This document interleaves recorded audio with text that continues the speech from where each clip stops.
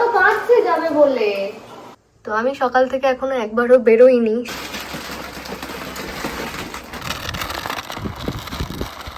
আর আমাদের জন্য নমস্কার সকলকে, সুপ্রভাত। কেমন আছেন সবাই? তো আজকের বুঝতেই পারছেন সকালটা কিরকম আমাদের এখানে।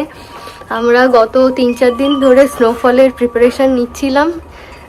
এই যে একটু আধটু স্নোর ছিটে পোটা পড়েছে চারিদিকে, তবে এগুলো জমে গেছে, এমন স্কিট করছে, মানে ফ্রিজিং রেইন বেশি হয়েছে স্নোফলের থেকে, যার ফলে এই যে আর রোদ্দুর একটু একটু বেরোচ্ছে, তো গলতেও শুরু করেছে, তো খুব স্কিট করছে চারিদিকটা।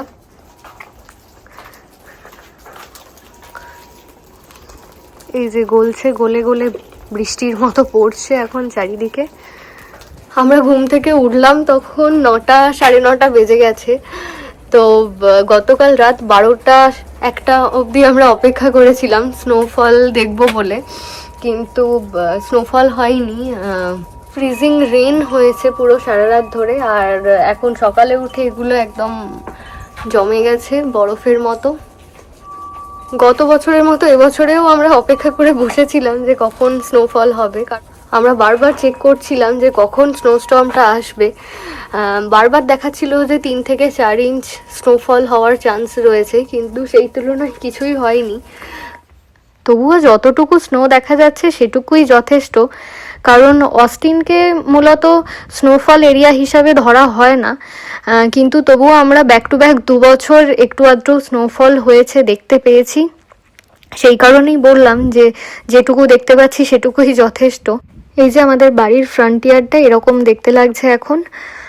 আসলে বাইরে ব্যাকইয়ার্ডে ঘাসের মধ্যে বরফ লুকিয়ে থাকায় বোঝা যাচ্ছিল না যে কতটা স্নোফল হয়েছে। তো একবার সুধার বাবা বাইরে বেরিয়েছিল, তখন এই ভিডিওটা করে এনেছে। আমি যদিও এখনও অবধি ফ্রন্ট ইয়ার্ডে বেরোইনি। ঘুম থেকে উঠেই মায়ের বানানো ব্রেকফাস্ট দেখে তো আমি বাইরে স্নোর কথা সব ভুলে গেছি। আগে ব্রেকফাস্ট পর্ব মিটিয়ে ফেলেছি, এখন সুধা ব্রেকফাস্ট করছে। ওর হয়ে গেলে ওকে রেডি করে দেবো, ও বাইরে বেরোবে। কি খাচ্ছ তুমি সকালে? দিদু কি করে দিয়েছে আজকে তোমায়? ধনে পাতার পেঁয়াজি। বস এখানে, বস। চলো তাড়াতাড়ি রেডি হতে হবে। হ্যাঁ গো,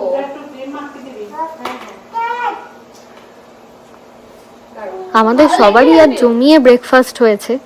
সুধার তো আরও 2-1টা আইটেম বেশি ছিল।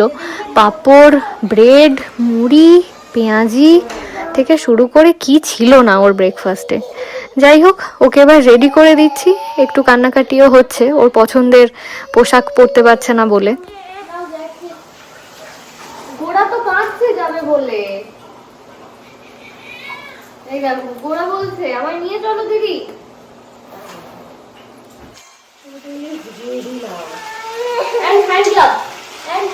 দাদা বেরিয়ে গেছে, চটপট রেডি হয়ে নাও।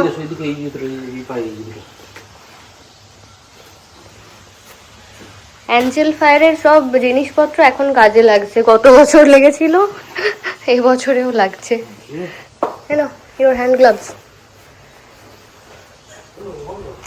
কি সুন্দর লাগছে এখানটা, এদিক দিয়ে বেরোনোই হয়নি।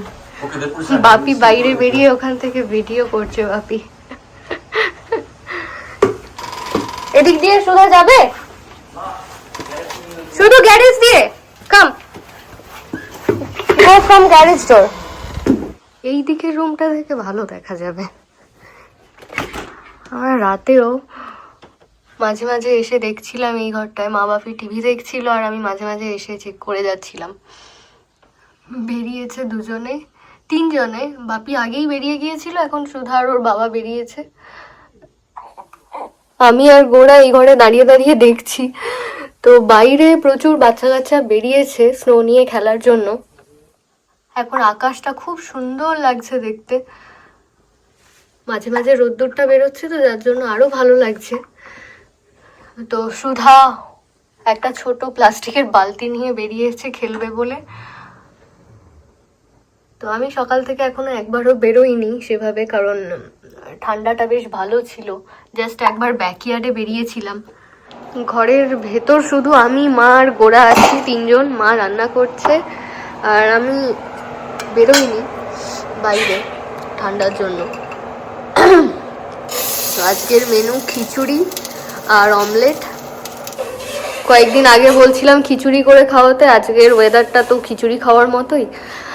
তো সকালে উঠেই ঘুম থেকে মাকে বললাম যে তাহলে আজকে খিচুড়ি করো আর অমলেট, কারণ ব্রেকফাস্টে আজকে মা অনেক কিছু বানিয়েছিল, খেয়েছি।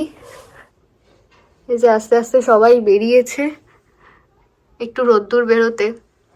আর টেম্পারেচারটা এখন একটু কম আছে। সুধাকে ওর বাবা একটা কাঠের পাটায় দড়ি বেঁধে টেনে টেনে নিয়ে আসছে, বোধহয় বরফের মধ্যে ও স্কিট করে পড়ে যাচ্ছে তাই। এখন বাইরে টেম্পারেচার -3, কিন্তু ফিলস লাইক -14। তো আমারও খুব যেতে ইচ্ছে করছে, কিন্তু স্লিপারি বলে আমি সাহস করে যেতে চাইছি না, যেতে পারছি না। আর ভেতরে গোড়াও মাঝে মাঝে হুইসেল দিচ্ছে, যার জন্য আমি আর বেরোচ্ছি না। আমি মাকে বললাম রান্নাবান্না করে একটু বেরো। বাইরে থেকে আরজি এসেছে বড় একটা প্লাস্টিকের ট্রে বার করে দেওয়ার জন্য, যাতে ও ভালোভাবে ধরে একটু বসতে পারে, কারণ এই কাঠের পাটাটায় ধরার মতো কিছু নেই, তো একটু অসুবিধা হচ্ছে। তাই আমি লন্ড্রি রুম থেকে একটা বাকেট বার করে দিলাম প্লাস্টিকের। এই বাকেটটার মধ্যে ও বেশ ভালো করে পা ছড়িয়ে বসতেও পারবে আর সাইডটা ধরতেও পারবে। কিছুক্ষণ আগেই কয়েকজন বাচ্চাকে দেখছিলাম যে দুজন একটা বোর্ডের উপর শুয়ে আছে আর দুজন স্লেজের মতো টেনে টেনে নিয়ে যাচ্ছে। তো সুধা খুবই ছোট, ব্যালেন্স করতে পারছে না, তাই ওকে এই বাকেটটা দেওয়া হয়েছে।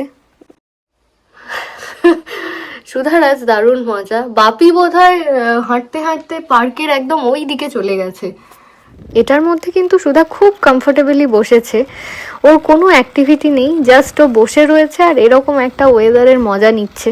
আশেপাশেও প্রচুর লোকজন এবার বেরোচ্ছে আস্তে আস্তে, তবে বাচ্চা কাচ্চাদের ভিড়টাই বেশি, কারণ অস্টিনে এরকম স্নো ডে কটাই আসে, বছরে এক আধটা পাওয়া যায়, তাও প্রতি বছর নয়। এরকম একটা দিন কে আর ঘরের মধ্যে বসে কাটাতে চায়। আমারও যেতে খুব ইচ্ছে করছিল, কিন্তু গোড়ার জন্য আমি বাড়িতেই রয়েছি, কারণ আমার ঠান্ডা লাগলে চলবে না।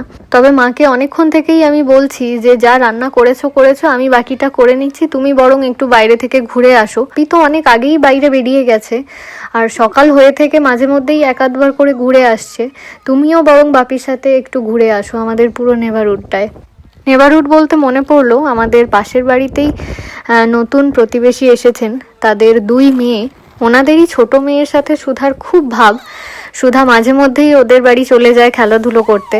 আজকেও বাইরে বেরিয়ে ওদের দুজনের সাথে দেখা হয়েছে, দুজনে তো দারুণ মজা করছে। তো প্রায় ঘন্টা দেড়েক পর সুধার বাবা ওকে নিয়ে বাড়ি ফিরেছে। সুধা একবারের জন্যও এই বাকেটটা থেকে নামেনি। মা রান্নাবান্না করে এই বেরিয়েছে। সুধার জন্য এখানে আলাদা খিচুড়ি ঝাল ছাড়া তুলে রেখেছে আর আমাদের জন্য ঝাল দেওয়া। আর সুধা ফিরে এসে খিদে পেয়ে গিয়েছিল। তুমি কি খেলে? পান্তুয়া, মিষ্টি? ফিরে এসে দুজনে বসে টিভি দেখছে। এবার স্নান করতে হবে তো, তুমি স্নান করবে এখন, আবার বাইরে যাবে? বাইরে যাবে? You want to go outside? Okay, after some time. Okay. সুধাকে স্নান করতে পাঠিয়ে আমি একটু লাঞ্চটা অ্যারেঞ্জ করে নিলাম টেবিলে। গতকাল একটু আমের চাটনি হয়েছিল, খানিকটা রয়েছে, খিচুড়ির শেষে বেশ ভালোই লাগবে। আর সুধাকেও আমি স্নান টান করিয়ে এবার খাওয়াতে বসিয়ে দিলাম। সুধা আজকে মোটেই খিচুড়ি খেতে চাইলো না, বারবার সাদা ভাত খেতে চাইছে, কিন্তু আজকে ভাতও হয়নি বাড়িতে, তাই আমি ওকে বাধ্য হয়ে একটা ব্রেড দিলাম। শুধু খিচুড়ি খাবে তুমি? খাবে না? তাহলে কি খাবে?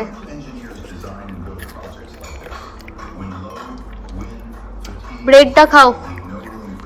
আজকে দিদু হোয়াইট রাইস বানায়নি তোমার জন্য, ব্রেডটা খা। ব্রেডটা খেয়ে ঘুমোতে হবে। তাহলে আজকে ব্লগটা এখানেই শেষ করছি। দেখা হচ্ছে আবার পরের ব্লগে। আপনারা সবাই খুব ভালো থাকুন, সুস্থ থাকুন। নমস্কার।